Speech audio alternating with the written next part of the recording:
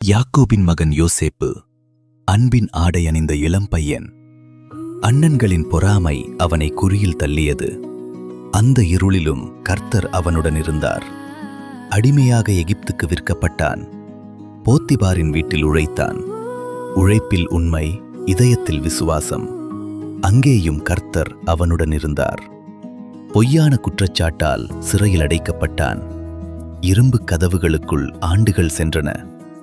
ஆனால் கனவுகளின் தேவன் அவனை மறக்கவில்லை. சிறையிலும் கர்த்தர் அவனுடன் இருந்தார்.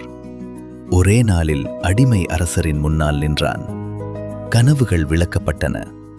எகிப்தின் 2வது ஆட்சியாளனாக உயர்த்தப்பட்டான்.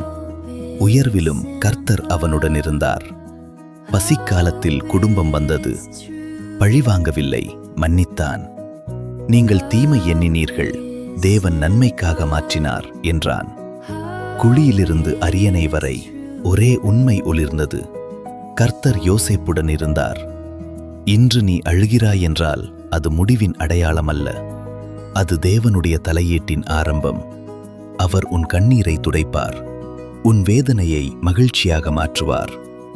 நம்பிக்கை இழக்காதே. கண்ணீர் துடைக்கப்படும் நாள் அருகிலேயே உள்ளது. இந்த ஆறுதலின் செய்தியை உடைந்த உள்ளங்களுக்கு பகிருங்கள். கர்த்தர் உங்களை ஆசீர்வதிப்பாராக. ஆமேன்.